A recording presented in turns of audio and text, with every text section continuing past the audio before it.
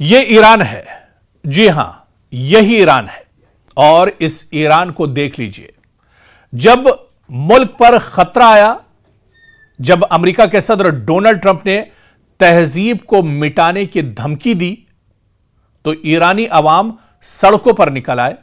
वो power centres और पुलों पर जाकर खड़े हो गए और इंसानी जंजीर इन लोगों ने बना ली, जबकि इन पर हमले करने वाले महीनों से बंकरों में छुपे बैठे हैं। अमेरिका इस तहजीब को मिटाने की बात कर रहा है। जी हां, दो तस्वीरें आप देखिए। एक तस्वीर वो जब अमेरिका की तरफ से, डोनाल्ड ट्रंप की तरफ से बहुत बड़ी धमकी दी गई कि पूरे ईरान को इस रात नेस्तो नाबूद कर दिया जाएगा, तबाह बर्बाद कर दिया जाएगा, कोई पुल और कोई पावर प्लांट जो है ईरान के अंदर वो सलामत नहीं रहेगा, उसे तबाह बर्बाद कर दिया जाएगा। तो ऐसे में ईरान के अवाम ने अपनी जान की परवाह नहीं की, बल्कि ईरान के अवाम सड़कों पर निकल आए।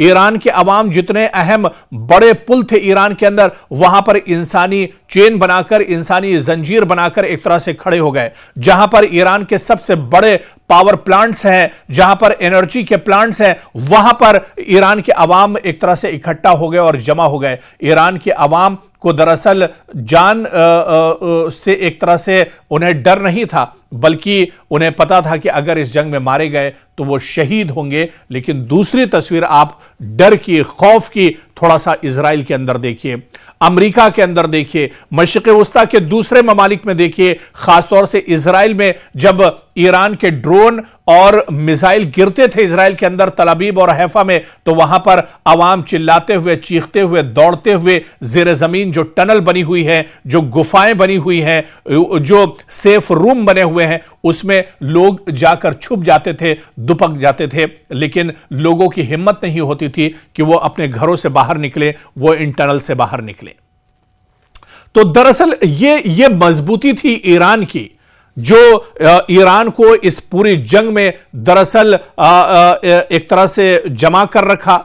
ईरान के कदम कभी इस जंग से पीछे नहीं हटे। दरअसल वो सबसे बड़ी ताकत थी ईरान की अवाम, ईरान के अवाम की हिम्मत, ईरान के अवाम की ताकत, वहां के अवाम का इत्तेहाद, वहां के अवाम का भाईचारा और वहां के अवाम की यूनिटी।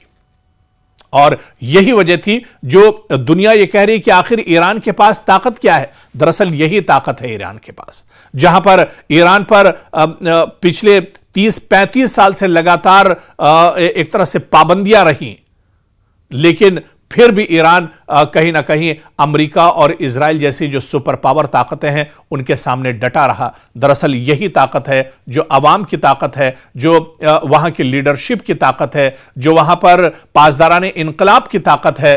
तो दरअसल यही एक बड़ा फर्क है अमेरिका, इजराइल और ईरान के बीच में। आप देखिए कि जब यह कहा गया कि ईरान को नेस्तो नाबूद कर दिया जाएगा, तो ईरान के अवाम सड़कों पर निकल आए और लगातार वो कहीं ना कहीं एक तरह से ईरान को महफूज करने को लेकर, ईरान को बचाने को लेकर लगातार वो एहतजाज और प्रोटेस्ट करते रहे। तारीख गवाह है कि ऐसे कितने दौर आए और चले गए, मगर ईरान को कोई दौर मिटा ना सका। इन्हें कोई कैसे मिटा सकता है जिनके दिलों में इतनी हिम्मत है और पेशानियों पर इतनी गैरत हो।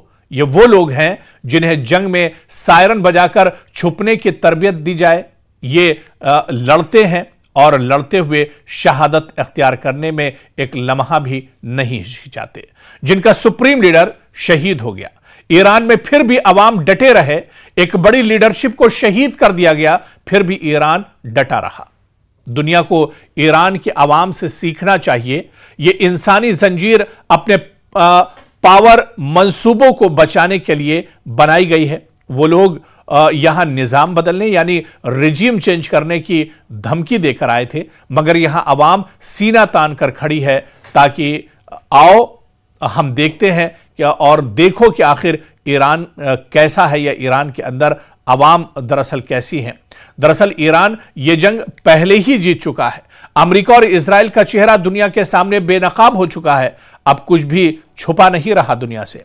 इनके साथी भी रुस्वा हो रहे हैं। ईरान के अवाम आप देखिए कि किस तरह से अपने मुल्क के लिए ऐसे खड़े हुए और ऐसे अवाम यहां पर निकल कर आए अपनी लीडरशिप के साथ, अपनी फौज के साथ, किस तरह से यहां की अवाम, ईरानी अवाम एक तरह से डटी रही। दरअसल यही जीत का मंत्र है जो एक तरह से 40 दिन की इस जंग में ईरान की मजबूती, उसकी पुख्तगी और उसकी जीत का जो सबसे बड़ा जो जरिया है, या उसकी जीत का जो सबसे बड़ा ये कहा जाए कि मंत्र है, वो दरअसल यहां के लोगों की मजबूती, यहां का भाईचारा और यहां का इत्तेहाद था, जो पूरी दुनिया ने एक तरह से देखा है।